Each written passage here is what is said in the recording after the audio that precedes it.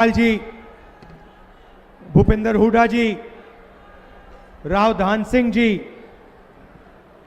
योगेंद्र यादव जी, टिक्काराम जूली जी, stage पे Congress party के वरिष्ठ नेता, भाइयों और बहनों, हमारे प्यारे कार्यकर्ता, कांग्रेस पार्टी के शेर और शेरनियां जो यहां दिख रही हैं, और प्रेस के हमारे मित्रों, आप सबका यहां बहुत बहुत स्वागत, नमस्कार। मूड आपका कैसा है? मूड ठीक है? कांग्रेस की सरकार आ रही है? बीजेपी जा रही है?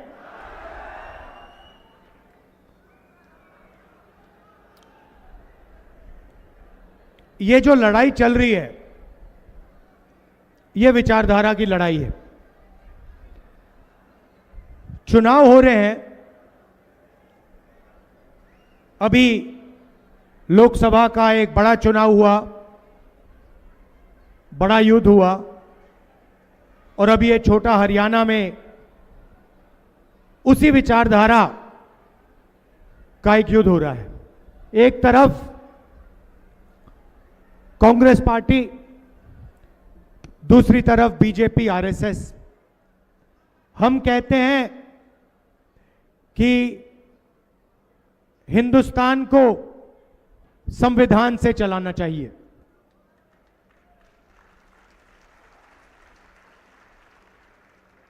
हम कहते हैं कि आजादी की लड़ाई का फल ये अंबेडकर जी का, गांधी जी का संविधान है, ये सबका है, और इसमें सबको फायदा होता है।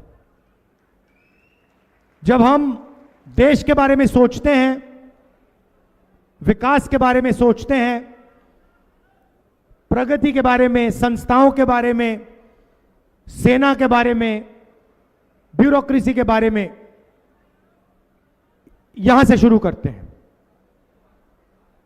दूसरी तरफ बीजेपी और आरएसएस, जो संविधान को मानते नहीं है, वो इसको खत्म करना चाहते हैं, नष्ट करना चाहते हैं। देखिए, ऐसे भाषण में वो आपको कभी ये बात बोल नहीं सकते हैं, क्योंकि वो जानते हैं कि देश को संविधान के साथ, देश का संविधान के साथ बहुत गहरा रिश्ता है।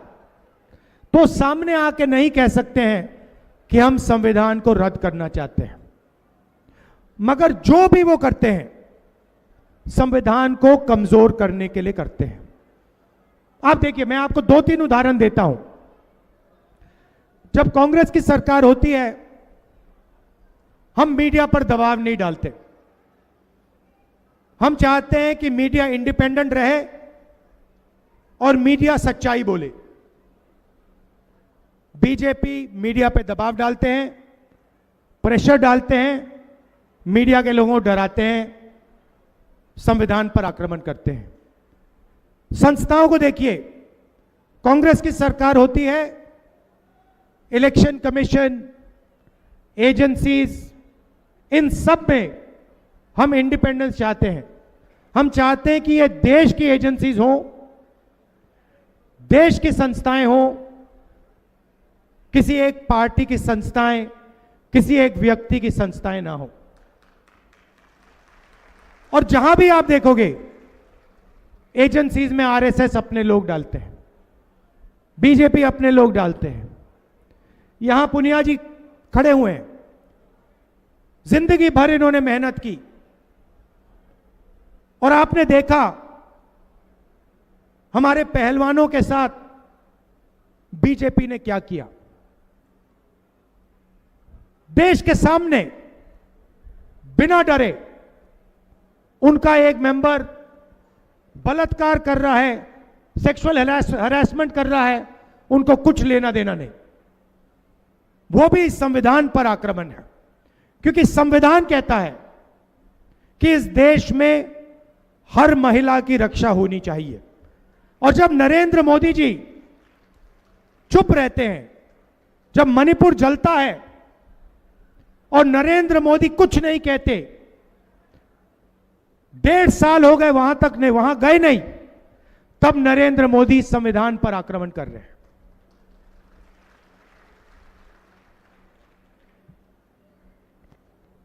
पहले यहां विकास होता था, प्रगति होती थी, रोजगार था। आज पहले नंबर पर हिंदुस्तान के स्टेट्स में आप पहले नंबर पे पहुंच गए हो। किस चीज में? बेरोजगारी में। पहले नंबर पे बेरोजगारी में और पहले नंबर पर क्राइम में। ये है हरियाणा की शान। पहले आप देश को रास्ता दिखाते थे। मुझे याद है, लोग मेरे पास आते थे, कहते थे हरियाणा में जो प्रगति हो रही है हम वो ही चाहते हैं। आज कोई नहीं कहता, आज कोई नहीं कहता। आज सारे के सारे लोग तेलंगाना, कर्नाटका की बात करते हैं। यह बदलना है। कुछ दिन पहले मैं अमेरिका गया। अमेरिका में आपके युवाओं ने, हरियाणा के युवाओं ने मुझे फोन किया। मेरे ऑफिस को फोन करते हैं, कहते हैं राहुल जी हम हरियाणा के हैं, आप डैलस आ रहे हो, टेक्सास में एक शहर है डैलस आ रहे हो, हम आपसे मिलना चाहते हैं। मैंने कहा ठीक है, मगर आप मिलने हमारे घर आइए। हम आपके यहां नहीं जाएंगे, आप हमारे घर आइए। ठीक है। डैलस में मैं गया, हरियाणा के 20-25 युवाओं से मिला। छोटे से कमरे में रहते हैं, छोटे से कमरे में 25-30 लोग एक साथ, खाना सब एक साथ पकाते हैं। एक लड़के का एक्सीडेंट हो गया, पेट में चोट लगी, छाती में चोट लगी, चल नहीं पाता है। दूसरा लड़का मुझे कहता है राहुल जी रात को यहां पे हमें लोग आके पीटते हैं।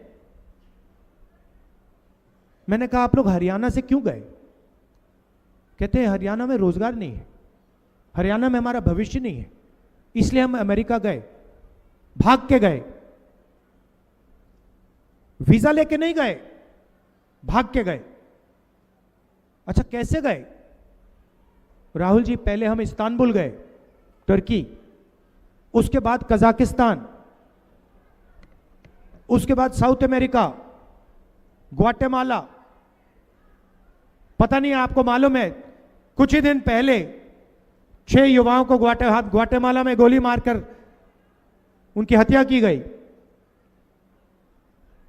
ग्वाटेमाला, इक्वाडोर, पनामा, और फिर पनामा के जंगलों में से निकलकर हम अमेरिका आए। राहुल जी हमने अपने मित्रों को अपनी आंखों के सामने मरते हुए देखा है, डूबते हुए देखा है। हमारी आंखों के सामने जंगल में माफिया के लोगों ने हमारे दोस्तों को गोली मारी। अच्छा भाई बताओ अमेरिका जाने में कितना पैसा लगा? कहते राहुल जी 35 लाख से 50 लाख रुपए लगे। मैंने सवाल पूछा कि भाई अगर 35 लाख रुपए आपने अमेरिका जाने में खर्च कर दिए तो 35 लाख रुपए आपने किसी छोटे बिजनेस में क्यों नहीं लगाए? हरियाणा में किसी छोटे बिजनेस में क्यों नहीं लगाए? राहुल जी हरियाणा में मेहनत का फल नहीं मिल सकता। हम कुछ भी कर लें, 35 लाख 50 लाख अपने डाल दे पैसे, बिजनेस नहीं चल सकता। क्यों नहीं चल सकता?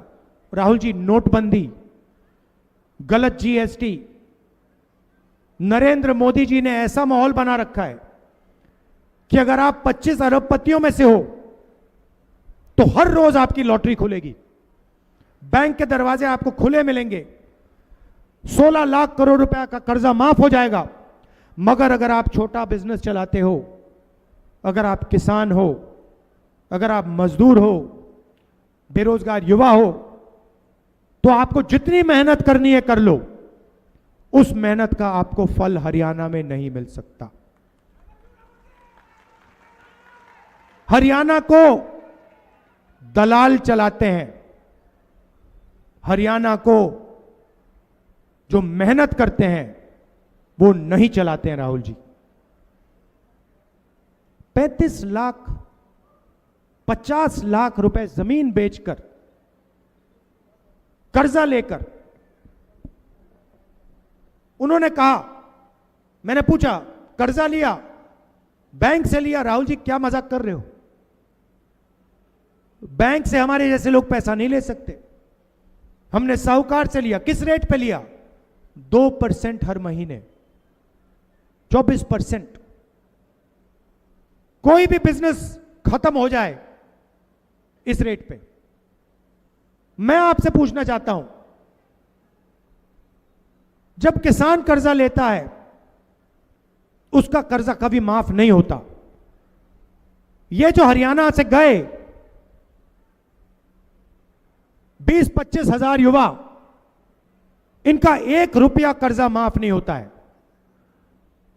और नरेंद्र मोदी जी ने स्वयं 16 लाख करोड़ रुपए अदानी जैसे लोगों का कर्जा माफ किया है।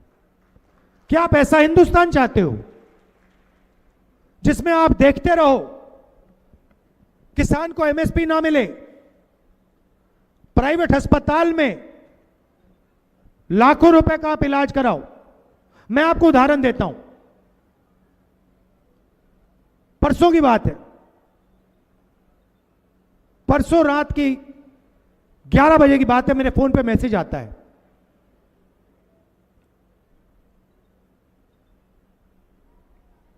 जिम इंस्ट्रक्टर का।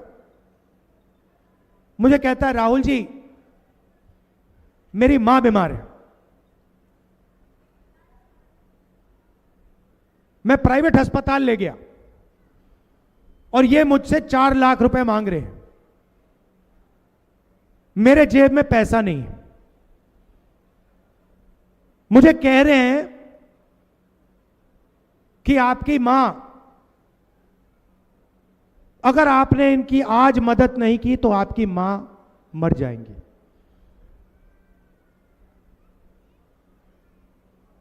आप मेरी मदद कीजिए। मैंने कहा कैसे करूं? किसी सरकारी अस्पताल में मेरी मां के लिए आप बेड का, पलंग का इंतजाम कीजिए।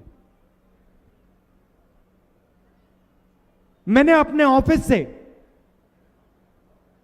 सरकारी अस्पताल में उसकी मां के लिए जगह ली। सरकारी अस्पताल में उसकी मां का इलाज होता है। अगले दिन मुझे फोन करता है, कहता है राहुल जी प्राइवेट अस्पताल में वो स्टेंट लगवा रहे थे, प्राइवेट अस्पताल में वो ऑपरेशन करा रहे थे, 4 लाख रुपए मुझसे लेने की कोशिश कर रहे थे। राहुल जी सरकारी अस्पताल ने बताया कोई स्टेंट की जरूरत नहीं, कोई ऑपरेशन की जरूरत नहीं।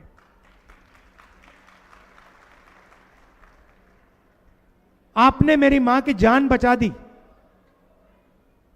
सरकारी अस्पताल ने मेरी मां की जान बचा दी। यह हिंदुस्तान की सच्चाई है। आपको बीमारी हो ना हो, प्राइवेट अस्पताल में आप जाएंगे तो लाखों रुपए आपके जेब से निकलेंगे। बच्चे की शिक्षा करवानी हो,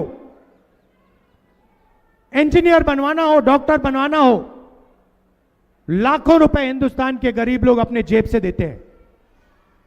किसान अपनी मेहनत का पैसा देता है, मजदूर देते हैं, और उसके बाद पता लगता है हरियाणा में बेरोजगारी है, डिग्री का कोई मतलब ही नहीं है, सर्टिफिकेट का कोई मतलब ही नहीं, शिक्षा का कोई मतलब ही नहीं।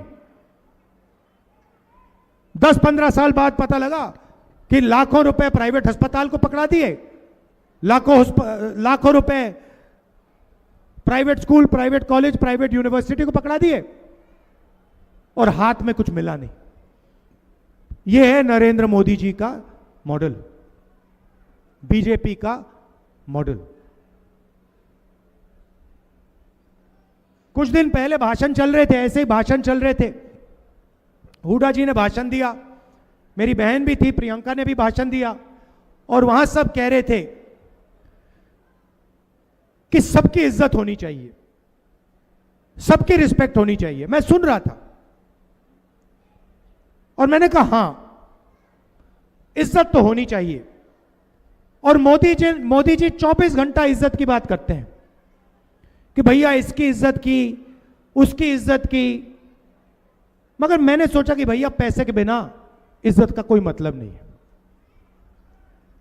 अगर किसान का बेटा या मजदूर का बेटा भूखा मर रहा है और कोई उसकी जाके इज्जत करे तो वो इज्जत खोखली है। तो मेरा एक लक्ष्य है और मैं आपको साफ बता देता हूं, और ये जो मीडिया वाले हैं, अदानी वाले, अंबानी वाले, इनको ये बात अच्छी नहीं लगेगी।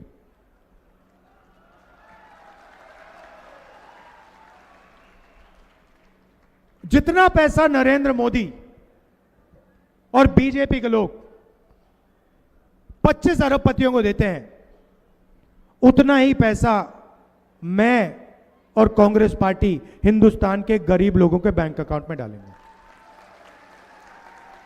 और भाई और बहनों, मैं रिकॉर्ड रख रहा हूं, मैं ऐसे बात नहीं कर रहा हूं, मैं गिनती कर रहा हूं। 10 साल से मेरी गिनती चल रही है, और जैसे ही मौका मिलेगा, जितना पैसा उन्होंने उनको दिया ना, उतना पैसा मैं उठा के आपके हाथ में कर दूंगा। और फिर ये सारे चिल्लाएंगे, ये सारे मीडिया वाले चिल्लाएंगे, सारे टीवी वाले चिल्लाएंगे, ये देखो गरीबों की आदत खराब हो रही है, ये देखो राहुल गांधी ने गरीबों की आदत बिगाड़ दी, किसानों की आदत बिगाड़ दी, मजदूरों की आदत बिगाड़ दी। अरे भाई, अदानी अंबानी की आदत नहीं बिगड़ती क्या? उनके लाखों करोड़ रुपए माफ हो जाते हैं, उनकी आदत नहीं बिगड़ती, उनका विकास हो रहा है। और जब किसान का कर्जा माफ किया तो कहते भाई देखो आदत बिगाड़ दी। मनरेगा, मजदूरी करता है आदमी, प्रेस वाले लिखते हैं देखो गरीबों की आदत खराब हो रही है। आपने अब उनकी बहुत आदत खराब की है, अब हम इनकी आदत खराब करेंगे। मैं सिर्फ न्याय मांग रहा हूं। मेरा कहना है, अगर अंबानी का, अदानी का लोन माफ हो सकता है तो फिर किसान का लोन माफ होगा। अगर अंबानी मार्केट में चिप्स बेचता है, कैंपा कोला बेचता है, सेलफोन बेचता है, उसे सही रेट मिल सकता है, तो फिर हिंदुस्तान के किसान को सही रेट मिलेगा, एमएसपी मिलेगी और उसका कर्जा माफ होगा। और यही लड़ाई है। कॉन्स्टिट्यूशन क्या कहता है? कॉन्स्टिट्यूशन कहता है भैया सब लोग एक जैसे हैं, समानता होनी चाहिए, 36 की 36 बरादरियों को एक जैसा फायदा मिलना चाहिए। कॉन्स्टिट्यूशन यह कहता है।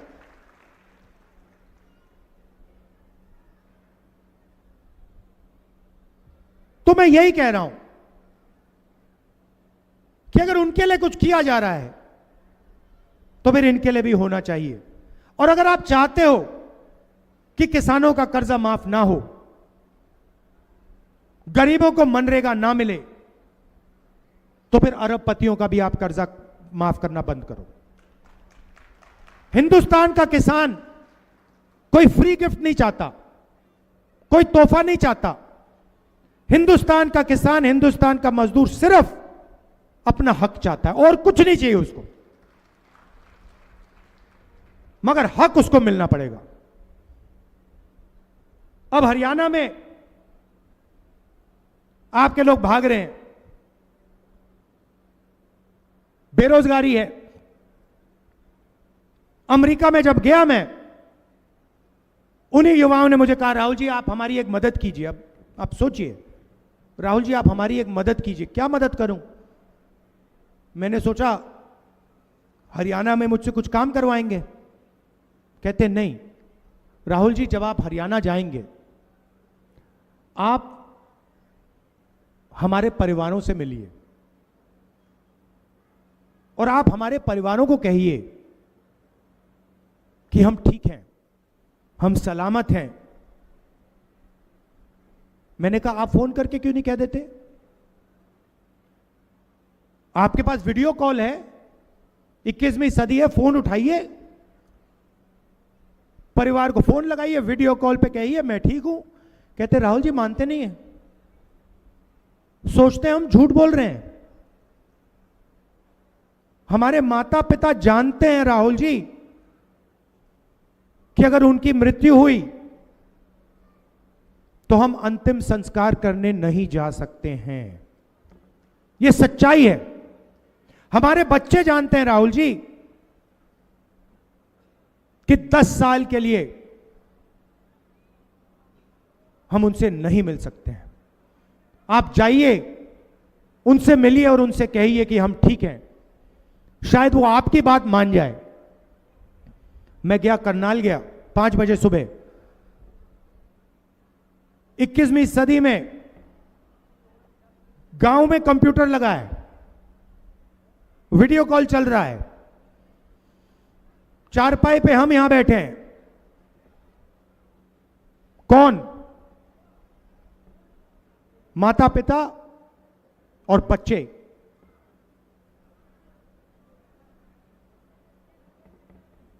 बेटे उधर, उनके बच्चे इधर, उनके माता पिता इधर और वो उधर, और बात चल रही है। मां कहती है राहुल जी मेरा बेटा वापस कब आएगा?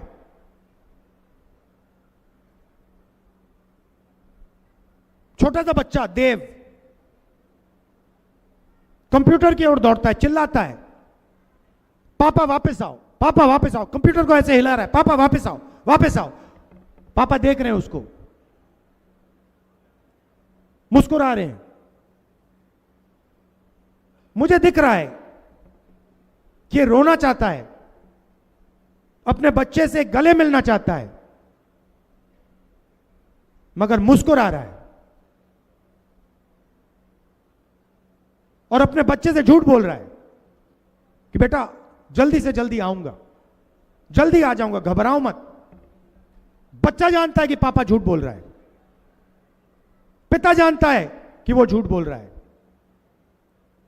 ये हरियाणा दिया है आपको बीजेपी ने। बेटे को बाप से अलग कर दिया, मां से अलग कर दिया, और फिर देशभक्ति की बात करते हैं। पूरा हरियाणा जानता है कि हरियाणा में ड्रग्स फैल रहा है। आप सब जानते हो। पहले पंजाब में ड्रग्स हुआ करते थे। मैंने पंजाब में जाके कहा, अकाली दल के लोगों ने कहा राहुल गांधी ने क्या बात कर दी। फिर वहां की सच्चाई निकली और मुझे आज तक याद है, हमारी यहां सरकार थी और मैं पूछता था, हरियाणा के नेताओं से पूछता था, मुझे एक बात समझाइए, पंजाब में ड्रग्स आ गया मगर हरियाणा में क्यों नहीं आया? और ये कहते थे हरियाणा में ड्रग्स नहीं आ सकता है। ये कांग्रेस पार्टी ने किया है। और आज हरियाणा में ड्रग्स फैलते जा रहे हैं, फैलते जा रहे हैं। बेरोजगारी, नशा, यह बीजेपी की देन। और जब हजारों किलो हेरोइन जो आपके बच्चों को दिया जाएगा वो अदानी के मुद्रा पोर्ट में पकड़ा जाता है तो नरेंद्र मोदी कोई कार्रवाई नहीं करते, हमारे मीडिया के मित्र कहीं नहीं दिखाते। अदानी हरियाणा के बच्चों का भविष्य नष्ट कर रहा है, इस प्रदेश का भविष्य नष्ट कर रहा है। हजारों किलो उसके पोर्ट में हेरोइन पकड़ा जाता है, नरेंद्र मोदी चुप रहते हैं, लंबे लंबे भाषण करते हैं। देशभक्ति के भाषण करते हैं, मगर जब उनके मित्र के पोर्ट में हेरोइन पकड़ा जाता है तो कोई कार्रवाई नहीं करते, कोई जेल नहीं जाता। भाषण में नहीं बोलते कि हां मुद्रा पोर्ट में हजारों किलो हेरोइन पकड़ा गया है, मैं कार्रवाई कर रहा हूं, मैं जेल में डाल रहा हूं। यह सच्चाई है। तो मैंने आपसे कहा कि आपके जेब में पैसा डालना है, सीधा जितना पैसा वो उनकी जेब में डाल रहे हैं उतना पैसा हम आपके जेब में डालने जा रहे हैं। और हरियाणा में छोटी सी शुरुआत करेंगे। यहां जो महिलाएं आई हैं, हां आपके बैंक अकाउंट में हरियाणा की सरकार आने के एकदम बाद आपके बैंक अकाउंट में महीने का 2000 रुपए अंदर जाएगा।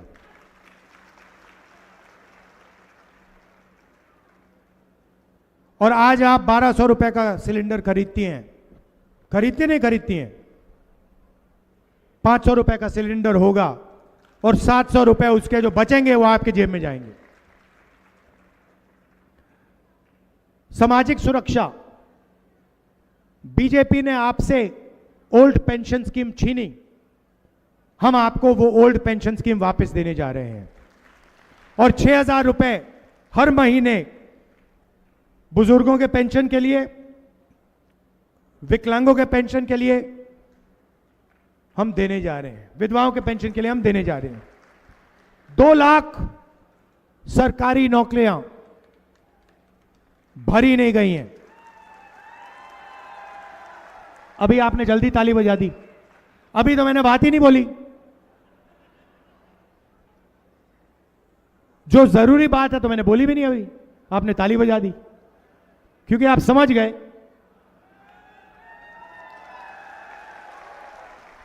2 लाख सरकारी रोजगार हरियाणा के युवाओं को कांग्रेस पार्टी की सरकार देगी।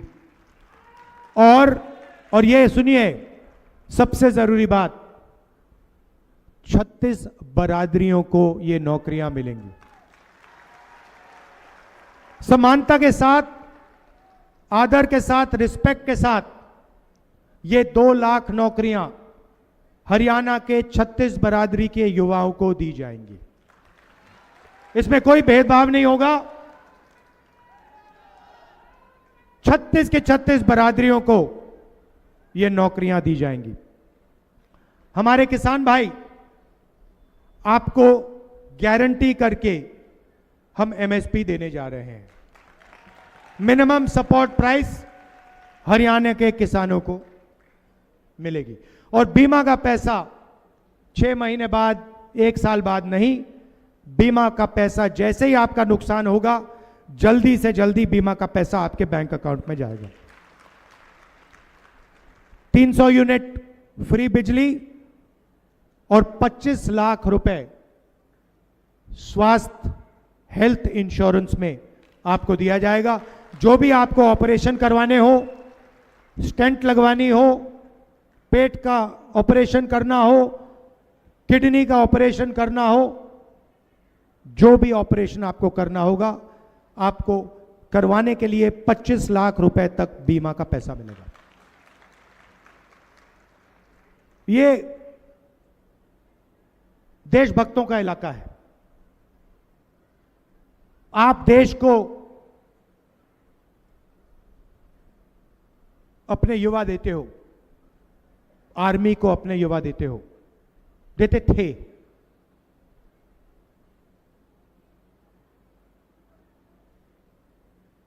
अगर आप अग्निवीर स्कीम को समझना चाहते हो,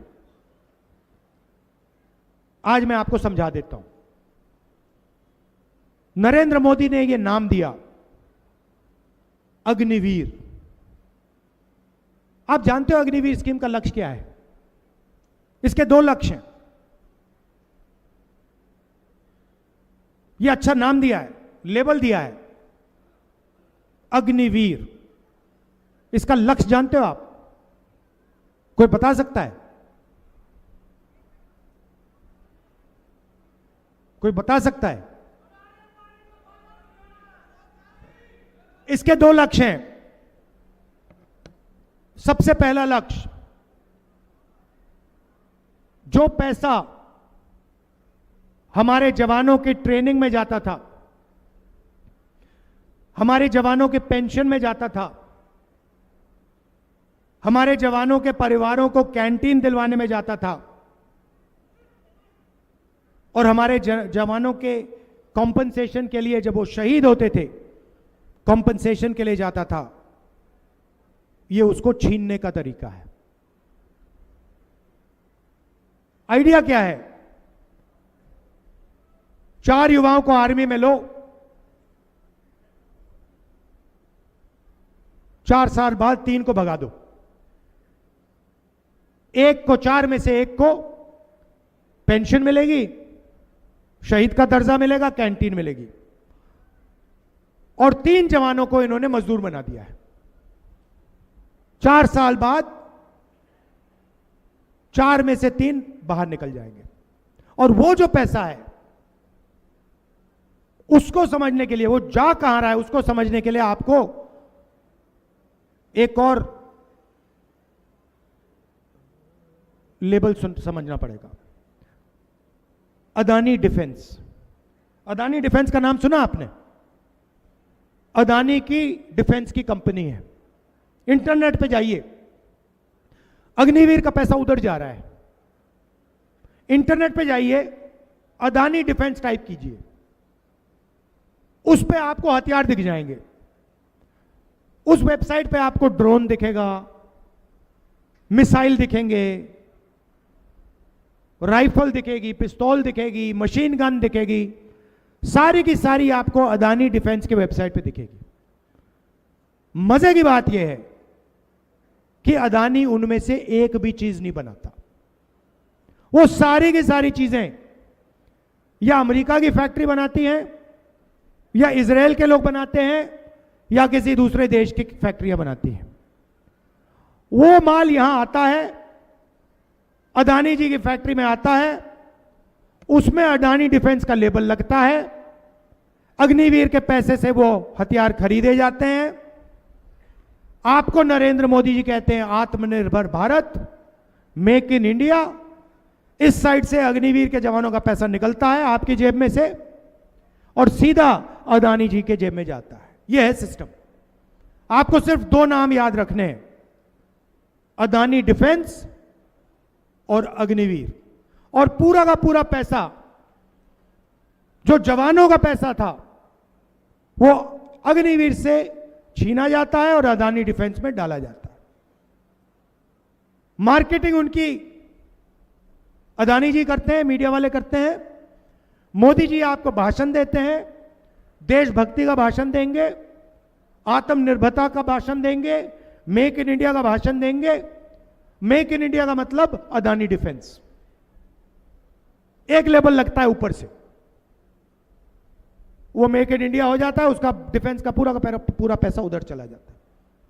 ये सच्चाई है और पूरा देश जानता ही है। तो चुनाव में यहां पर आप कांग्रेस पार्टी को पूरा समर्थन दीजिए।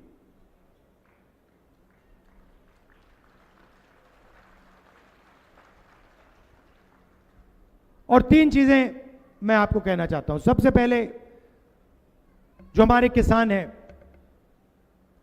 आपको एमएसपी मिलेगी, और जो आपका धान नहीं खरीदा जा रहा है, जैसे हमारी सरकार आएगी आपका धान खरीदा जाएगा, शुरू हो जाएगा।